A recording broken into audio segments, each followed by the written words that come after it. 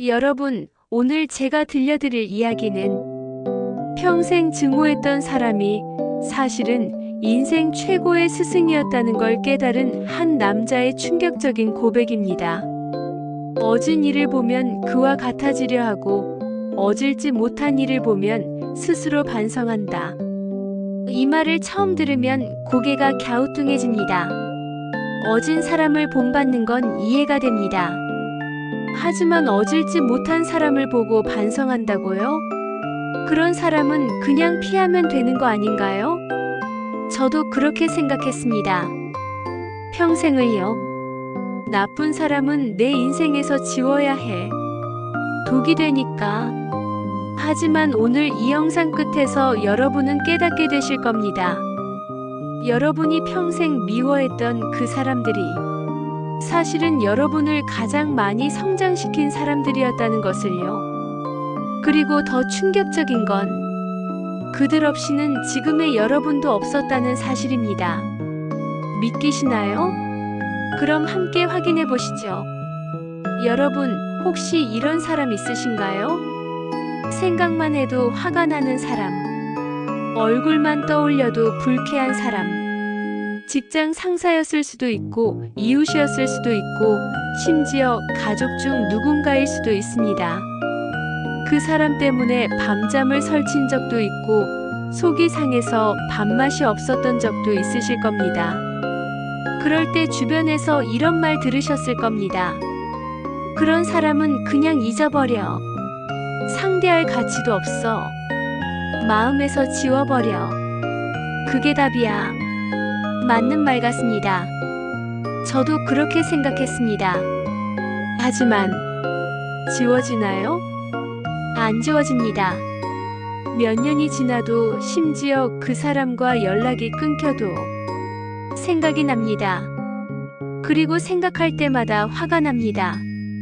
그 사람 때문에 내가 얼마나 힘들었는데. 저는 오랫동안 이게 제 약점이라고 생각했습니다. 나는 왜 이렇게 집착하는 걸까? 나는 왜 용서를 못하는 걸까? 그런데 최근에 한 심리학자의 말을 듣고 생각이 완전히 바뀌었습니다. 제가 아는 한 분의 실제 이야기입니다. 정 사장님 67세. 평생 한 사람을 증오하며 사셨습니다. 30년 전 함께 사업하던 동업자였습니다. 친구처럼 지내던 사이였죠. 그런데 어느 날 그 사람이 회사 돈을 빼돌리고 사라졌습니다. 정 사장님은 하루아침에 전 재산을 잃었습니다. 빚더미에 앉았습니다. 가족들이 고생했습니다. 그때부터 정 사장님의 인생에는 한 가지 목표만 있었습니다. 언젠가 그 사람을 찾아서 복수하겠어. 30년 동안 그렇게 사셨습니다. 다시 사업을 일으켰고 성공했습니다. 하지만 행복하지 않았습니다. 밤마다 그 배신자 얼굴이 떠올랐습니다. 성공할 때마다 그 사람한테 보여주고 싶다는 생각이 들었습니다. 자식들이 말했습니다. 아버지, 이제 그만 잊으세요. 30년이나 됐잖아요. 하지만 정 사장님은 잊을 수가 없었습니다. 그러던 어느 날 건강검진을 받았습니다. 의사 선생님이 심각한 얼굴로 말했습니다. 사장님, 스트레스를 너무 많이 받고 계시네요. 이러다간 큰일 납니다. 혈압도 높고 심장도 안 좋아요. 그날 밤 정 사장님은 침대에 누워서 생각했습니다. 30년 동안 나는 뭘 한 거지? 그 사람은 어디서 잘 살고 있을지도 모르는데 나만 이렇게 고통받고 있잖아. 그 순간 문득 깨달았습니다. 내가 그 사람을 증오하면서 손해본 건 나였구나. 하지만 깨달음만으로는 부족했습니다. 여전히 화가 났습니다. 그래서 정 사장님은 심리 상담을 받기로 했습니다. 상담사가 물었습니다. 사장님, 그 사람 때문에 뭘 배우셨나요? 네. 배운 게 뭐가 있겠습니까? 그 사람은 나한테 상처만 줬어요. 정말 그뿐인가요? 30년 전 그 일 이후로 사장님이 달라진 게 없나요? 정 사장님은 잠시 생각했습니다. 그 일 이후로 사람을 조심하게 됐죠. 계약서도 꼼꼼히 보고 돈 관리도 철저히 하고. 그게 다인가요? 그리고 직원들을 더 잘 챙기게 됐어요. 내가 배신당한 아픔을 아니까 다른 사람은 그런 아픔 겪지 않게 하려고요. 상담사가 조용히 말했습니다. 사장님, 그게 다 배움입니다. 그 사람이 가르쳐 준 겁니다. 뭐라고요? 그 나쁜 놈이 날 가르쳤다고요? 네. 그 사람은 나쁜 방법으로 가르쳤습니다. 하지만 사장님은 그 경험에서 지혜를 얻었습니다. 신중함을, 배려를, 책임감을 배웠습니다. 정 사장님은 할 말을 잃었습니다. 30년 동안 증오의 대상이었던 그 사람이 사실은 자신을 가장 많이 성장시킨 사람이었다는 걸 깨달은 겁니다. 그날 이후 정 사장님은 달라지기 시작했습니다. 그 배신자를 생각할 때 화가 나는 대신 이렇게 생각했습니다. 그래, 그 사람 때문에 내가 이만큼 성장했어. 고맙다고는 못하겠지만 그 경험이 헛되지는 않았어. 신기한 일이 벌어졌습니다. 30년 동안 괴롭혔던 그 기억이 점점 옅어졌습니다. 혈압이 내려갔습니다. 잠도 잘 오기 시작했습니다. 그리고 1년 후 정 사장님은 우연히 그 배신자의 소식을 들었습니다. 몇 년 전에 세상을 떠났다고 했습니다. 말년에 병으로 고생했다고. 예전 같았으면 잘 됐다고 생각했을 겁니다. 하지만 그날 정 사장님은 눈물을 흘렸습니다. 그래도 한 번 만나서 이야기하고 싶었는데 이제 그럴 수도 없네. 원망이 아니었습니다. 그냥 복잡한 감정이었습니다. 미움도 아니고 용서도 아닌 그냥 인생의 한 장면으로 받아들여진 겁니다. 여기서 오늘의 핵심 반전이 나옵니다. 자, 이제 충격적인 진실을 말씀드리겠습니다. 어진 일을 보면 그와 같아지려 하고 어질지 못한 일을 보면 스스로 반성한다. 이 문장의 진짜 의미는 이겁니다. 모든 사람이 당신의 거울이고 모든 만남이 당신의 수업이라는 겁니다. 어진 사람을 만나면 그 사람의 장점을 배웁니다. 쉽습니다. 하지만 어질지 못한 사람을 만났을 때 진짜 배움이 시작됩니다. 왜냐하면 그 사람이 여러분 안의 약점을 보여주기 때문입니다. 정 사장님이 배신당한 건 사실 너무 방심했기 때문입니다. 화가 난 건 자신의 판단 미숙을 인정하고 싶지 않았기 때문입니다. 그 배신자는 정 사장님의 약점을 드러냈습니다. 그리고 30년간의 고통 끝에 정 사장님은 그 약점을 극복했습니다. 더 신중해졌고, 더 현명해졌고, 더 따뜻한 사람이 됐습니다. 그 배신자가 없었다면 지금의 정 사장님도 없었을 겁니다. 충격적이지 않으신가요? 여러분을 가장 힘들게 했던 사람이 사실은 여러분을 가장 많이 성장시킨 사람일 수 있습니다. 그리고 더 놀라운 진실이 있습니다. 심리학에서는 이걸 그림자 작업이라고 부릅니다. 우리가 남에게서 가장 싫어하는 점은 사실 우리 안에도 있는 것입니다.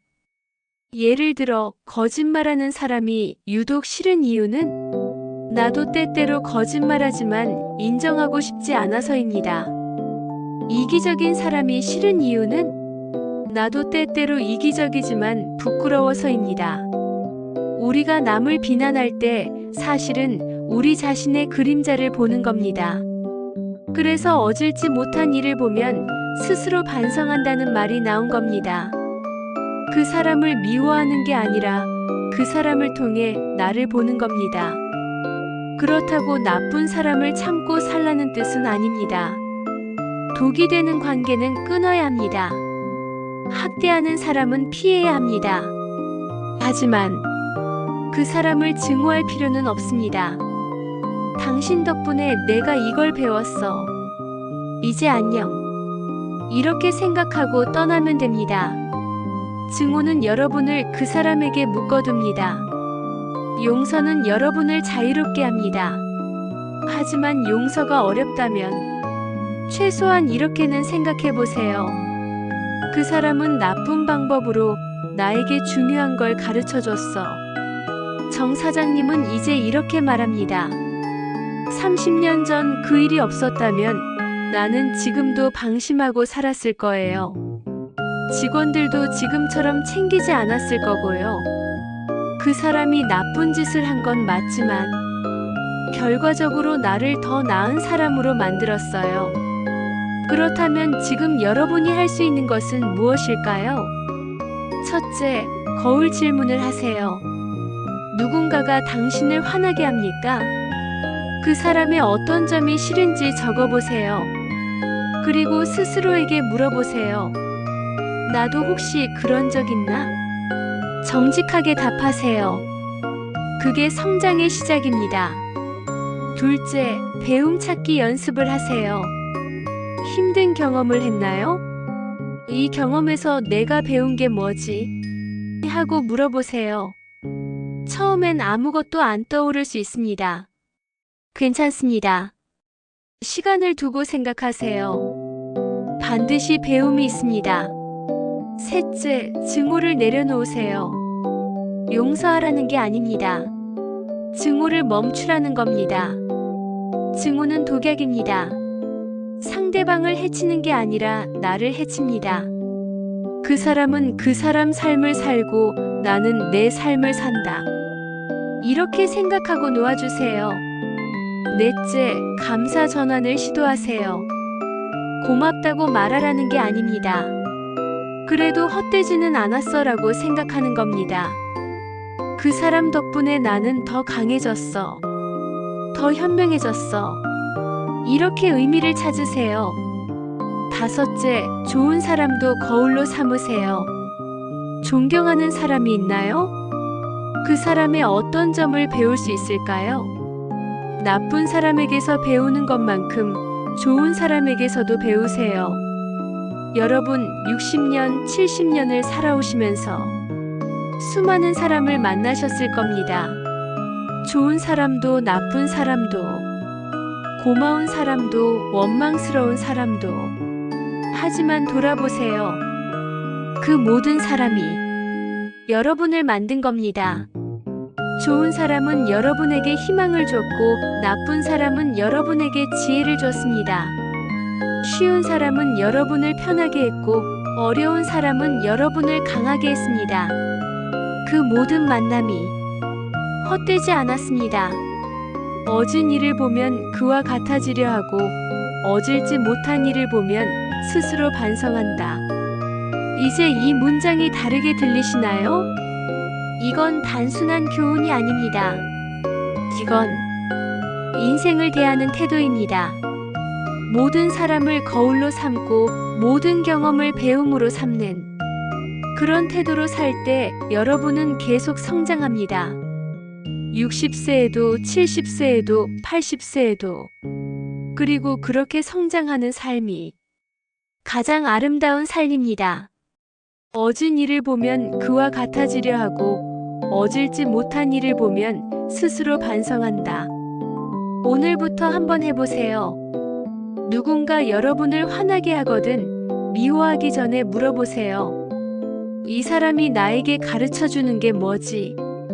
그 질문이 여러분의 남은 인생을 바꿀 겁니다.